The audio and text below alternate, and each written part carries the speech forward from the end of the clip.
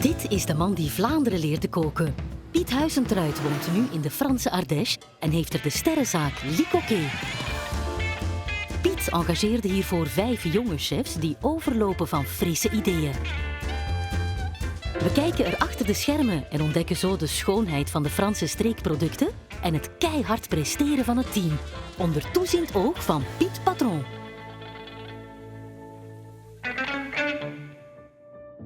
Piet Huizentruid opende Licoquet in Les Vans in 2013 en kookte een half jaar later al een Michelinster bij elkaar. Een straffe start dus voor een zaak vol bijzondere verhalen. Licoquet was de naam dat de zwarte gaven aan ons vader.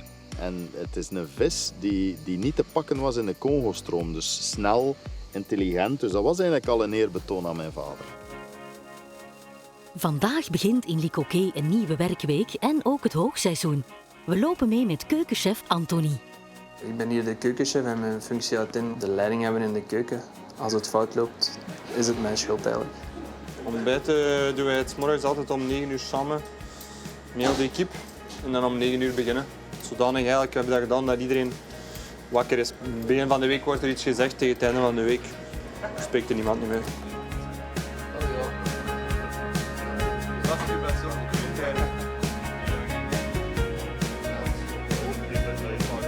Het ontbijt vind ik eigenlijk de belangrijkste meeting van de dag.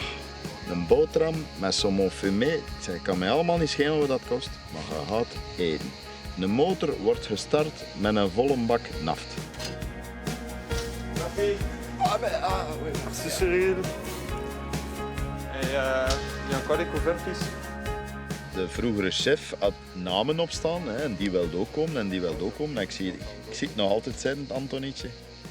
Met zijn vestje, zo'n Millet-vestje, blauw. Ik zei, dat ziet er precies zo'n subbedutje uit.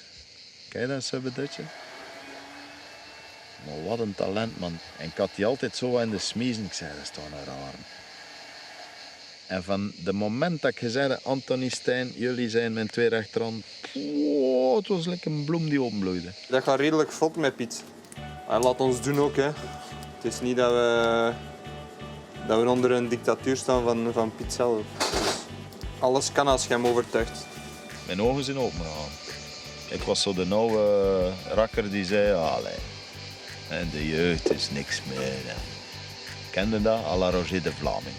In onze tijd was alles beter en nee. Versta je het? Nee, het is geen waar. De nu-tijd is beter, vind ik. Ik zou liever als jonge gast nu gewerkt hebben. Je hebt een chef die je laat openbloeien, je mag doen wat je wilt. Piet staat zelf niet meer in de keuken tijdens de mise en place. Hij springt pas in wanneer de gasten komen en de middagservies start. Snij je al een kaas voor ook? Ja. Doe 6 couverts of zo. Ja, dat is wel. Piet zweert bij de Franse streekproducten en zet de mooiste parels ook op het menu van Licoquet. Hij wil zijn leveranciers beter leren kennen. En vandaag rijdt hij naar Pied de Borne voor een bezoek aan Valérie. Zij maakt de geitenkaas voor Licoquet. Bonjour. Comment allez-vous? Et vous? Bien, bien, bien. La route aussi? Oui. Comment on dit, c'est le trou de Pluto ici. Hein? C'est vrai, on est au bout du monde. Oui. Ici, elles ont 200 hectares environ. 200 hectares? Qui ne sont pas totalement à nous, bien sûr. On en Ouais. a une petite partie. Et puis on en loue. Ah et ouais, donc super. les chèvres vont sur 3 départements en fait. Ouais. Alors on est toujours en Cévennes. Hein. Mais elles vont, alors là-bas, c'est l'Ardèche. Oui. En face de nous, c'est le Gard. Et là-bas, c'est la Lozère.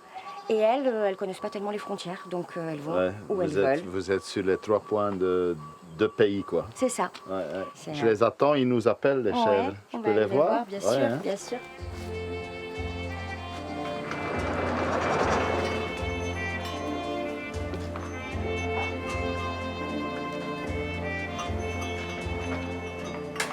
Ah, ils sont là, les bêtes. Et voilà, Bonjour! voilà les biquettes. Ah, elles sont jolies, hein. Voilà, ça c'est Mademoiselle Kirk. Mademoiselle, et je peux la prendre? Oui, mais attention aux cornes. Voilà. Elles ont des cornes très pointues à cet âge-là. Voilà. Ah oui, c'est une petite... Et il faut qu'elle se laisse apprivoiser. Et c'est une race particulière que vous avez? Alors c'est une race en fait très rare. Ah oui? Il n'y a plus que 700 chèvres de cette race dans le monde. Olé. Oui. En Ils sont tous là. Non, mais c'est vrai que nous en avons une quarantaine. Ouais. Et finalement, sur 700, c'est pas mal. Voilà, donc c'est très très peu par rapport aux races. Et qu'est-ce qu'elle a que de l'on connaît particulier, davantage. cette race? Alors en fait, si elle a été sur le point de s'éteindre, c'est parce que, alors ça c'est le côté négatif, Ouais. elles font moins de lait que les autres races, que les alpines ou les saanen. Elles font, oui, vraiment moins, et du coup c'est moins rentable, disons, Oui, et oui, c'est oui. pour ça qu'elles ont été en voie d'extinction. Mais la contrepartie, c'est que ce lait est extrêmement riche, en fait. C'est comme un petit peu du concentré, si vous voulez. Oui, oui, oui, Il est oui, beaucoup oui. plus gras, ça donne vraiment un goût spécifique. Et voilà, on a eu envie de sauvegarder, de vivre là, de vivre avec des bêtes, et peut-être d'essayer un peu de sauvegarder la race, mais aussi ce qu'elle apporte donc dans le terroir et dans le fromage. C'est super aussi que vous les appelez mes filles. Ah oui, enfin voilà, regardez, hein, Ah oui, c'est si affectueux. Voilà, et c'est une race extrêmement calme aussi, très câline. Et vous les donnez un nom? Ah oui, elles ont tout un nom. Allez. Ouais. Là, nous avons ici la petite Groom, la Fun, ça c'est Iliade.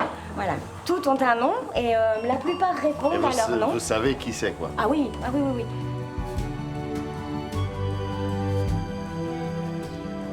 In het restaurant nadert de middagservice en stijgt daarom ook de druk. Donc en 3/4 heure, les gens qui arrivent et moi j'ai pas de garniture. Ah, ik zei net van dat het een beetje laat is. Normaal moet hij om 9 uur ongeveer komen. Binnen 3 kwartier komen de mensen binnen en we hebben nog niet alle garnituren. Dus, En dan is het even alle hens aan dek en springt zelfs de druk bezette Anthony bij. En ook de bijzondere buitenlift is een dankbaar hulpje.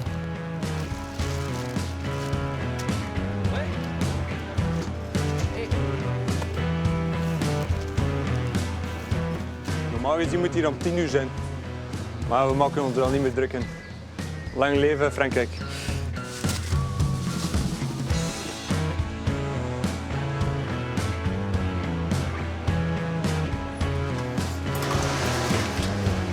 De mensen komen binnen meestal om 12 uur, tussen 12 en 1. Dan wordt de serviesopgang gebruikt beneden met amuses, Dries. Dus dat is altijd een hectischste moment van de dag. En dan blijven ze meestal tot 4:30, 4 uur in het restaurant. De meeste mensen hebben er 1000 kilometer voor gereden voor hier te komen eten. En dan willen die niet in 1, 2, 3 buiten.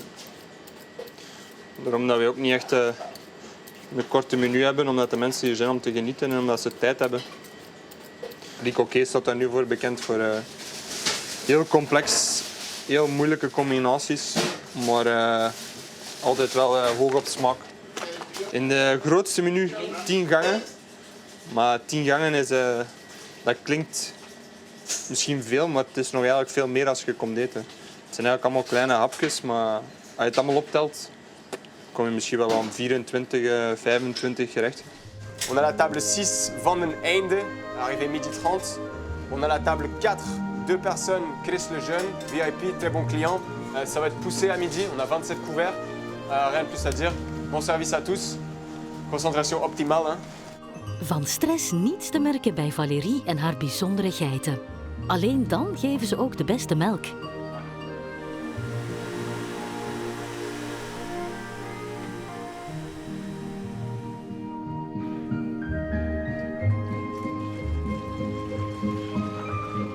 Donc ils attendent la sortie là? Là, parce je qu'ils pense sont qu'elles très... vont avoir envie, ouais. Vous voulez faire venez Si, c'est donne. C'est ça, voilà, ça répond bien. Ouais, Yok, tu veux? Sido, tu veux faire venez C'est bien les filles, c'est bien, voilà. Donc ils te répondent là? Mais bien sûr. Ouais, elles disent oui, allons-y. Oui. Ouais, Et ouais. si moi je le fais, ils vont... Oh, c'est possible, essaye, c'est venez. Vous voulez faire venez? Venez. Oui, Quelques-unes. Est-ce qu'on fait venez avec Pete? Ah oui. Allez, Ah, tiens. c'est incroyable, hein? Voilà, alors. Allez, venez. Où est ma belle?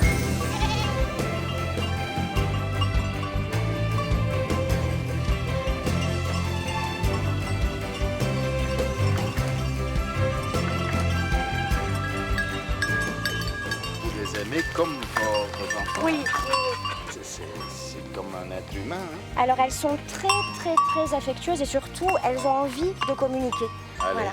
Donc la plupart répondent à leur nom, bien sûr. La chef du troupeau étant mademoiselle Sidonie, qui est ici. Voilà. Oui. Et elle, c'est la chef incontestée. Et ça, c'est Sidonie. C'est Sidonie.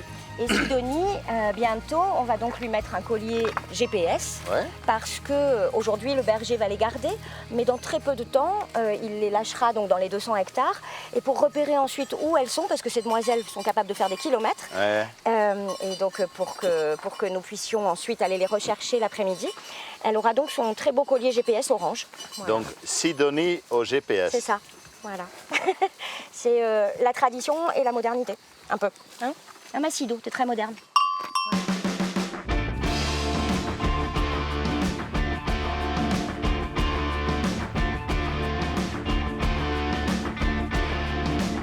Als je hier zit, de weekends, ja, dan gaan we met het team ergens naartoe en dan gaan we varkens gaan bezoeken, gaan we nieuwe wijnen gaan bezoeken. Dus het is altijd met dit restaurant.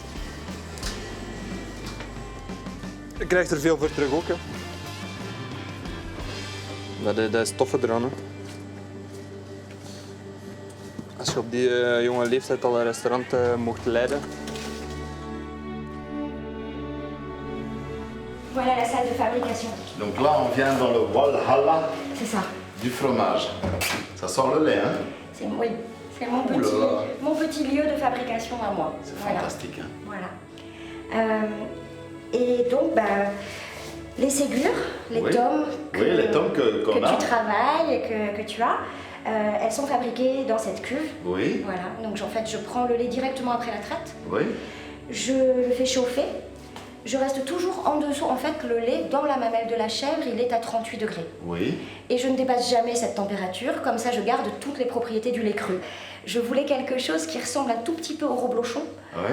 mais évidemment en chèvre, et d'autre part moins crémeux, un petit peu plus ferme quand même, parce qu'il me semble que lorsque c'est un petit peu plus ferme, l'arrière-goût est plus net. Si tu as tout de suite quelque chose de très crémeux, c'est le premier goût qui est immédiat, qui est vraiment bien en bouche, alors que moi j'aime bien chercher les saveurs qui viennent après. Et est-ce qu'on peut goûter déjà?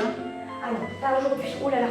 Alors, pour plein de raisons, parce qu'il est tout frais. Je touche pas. Non, c'est très interdit, la fermière veille. Ouh, l'infirmière est Ah, très oui, donc, sévère, ouais, là. absolument.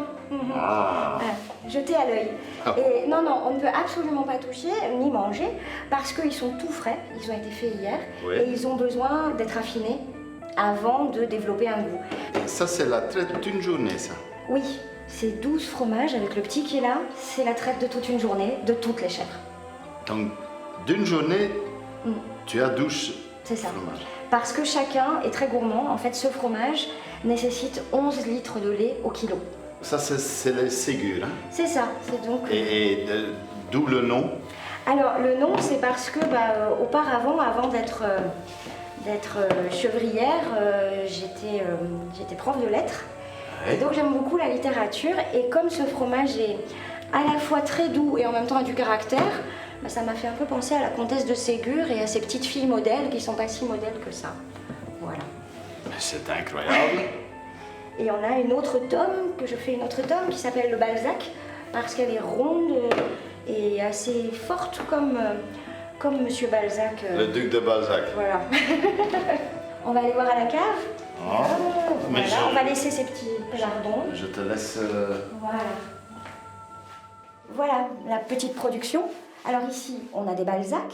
Donc ça, c'est une tome relativement sèche qui, lorsqu'elle vieillit, devient comme du parmesan de chèvre. Allez. Voilà.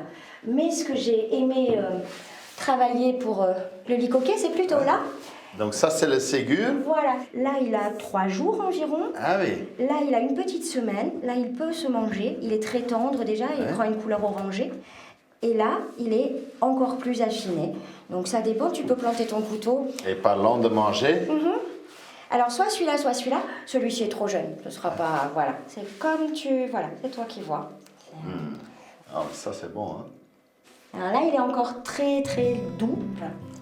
Ça c'est Alors, affiné. c'est le même avec une semaine de plus. Voilà. C'est un... Ça c'est bon, hè? Wat ik vooral graag heb, dat ik de stal smaak. Het is heel raar om te zeggen, hè. Maar als je in een stal binnenkomt en je ruikt dier en stront, dan moet je dat eigenlijk terugvinden, geraffineerd in die kaas. Het is raar gezegd, maar dat is zo. En die melk smaakt ernaar. Dat is juist het mooie eraan, dat je de pure natuur terug hebt. Je peux amener celui-là pour faire un plat avec? Bien sûr. Avec plaisir. Ce qui fait plaisir aussi, c'est la façon dont il aime plonger son couteau dans le fromage. Parce que là, voilà, là on ressent vraiment qu'il aime ça. Et puis de voir aussi son œil un petit peu en coin, là, briller et se demander ce qu'il pourrait faire avec. Ou, voilà, ou le voir tout à coup avoir une idée. En dan rijdt Piet van de pure rust opnieuw richting restaurant. De middagservies start in Le Coquet. Vanmiddag 27 couverts. Ja, het moet klaarstaan, hè. En ze hebben zelf gewild dat de chef het niet meer doet in mise en place. Ik wil dat ook niet meer doen. Ze hebben ook gezegd, chef, je loopt in de weg of... No problem, hè. En dan weten ze dat als de chef om 12 uur toekomt, dat het wel moet klaarstaan. Dat was wat? Met mij wel, nee. Met mij ook. Niks te doen, of wat? Ja, nu niks te doen, maar ik zit een beetje aan het wachten tot er iets te doen is. Nee, dat is nog niet meer lakkage, dat is gewoon gegart in de marinade. Hè. Dus het moet nog gemengd worden. Ik denk dat deze beter is. Vandaag start het seizoen, hè. Dat is 27 vanmiddag, volle bak vanavond, morgen weer, tak, tak.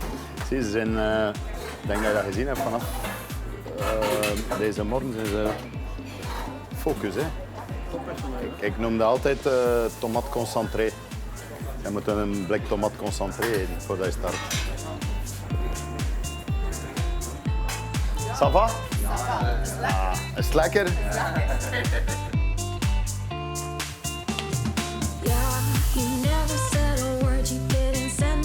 Ik weet niet wat er al uitgevraagd is, maar normaal gezien mogen er nu 4 chorizo's tafel 3 en 2 tafel 5 komen.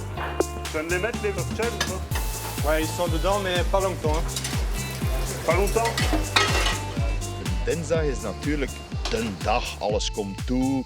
Er is wat meer spanning, het moet allemaal klaar zijn. Er komt zoveel onverwachts bij. Iedere minuut is een minuut, hè. En daarom moeten ze van in het begin bussen geven, hazen geven. En dat kan Anthony ongelooflijk, hè. Die kan met stilte kan hem iedereen scherp zetten. 4 porcs maintenant, oui bon, les beignets sont déjà partis. Hein. Dus alle barbus gaan door erachter is, hè. De middagservies draait intussen op volle toeren. En de klanten merken niets van een bewogen voormiddag. 2 km plus sonore. Bonjour. Bonjour monsieur. C'est moi le chef. Bonjour monsieur, bienvenue. Bienvenue.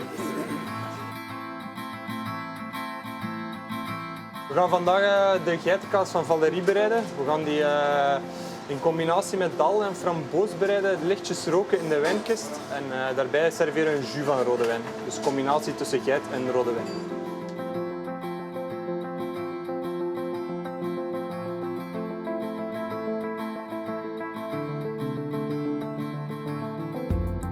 Het is weer een van de combinaties van Piet natuurlijk. Rode wijn, geitenkaas, dadel, sesam. Een beetje complex, typisch voor Piet eigenlijk.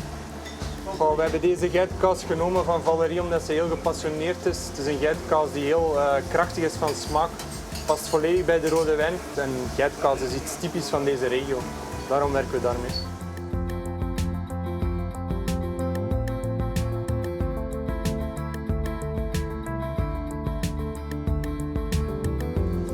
Goh, wij gaan dit in de wijnkist serveren omdat het gerecht in combinatie is met wijn. Natuurlijk ook omdat het tof is aan tafel om dit te presenteren.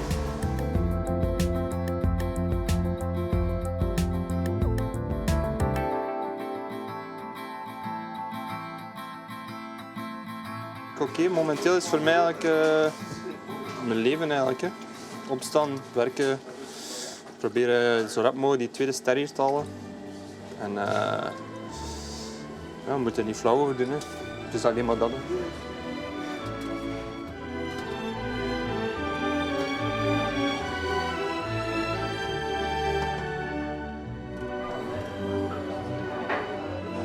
We strijden nu voor 2 sterren.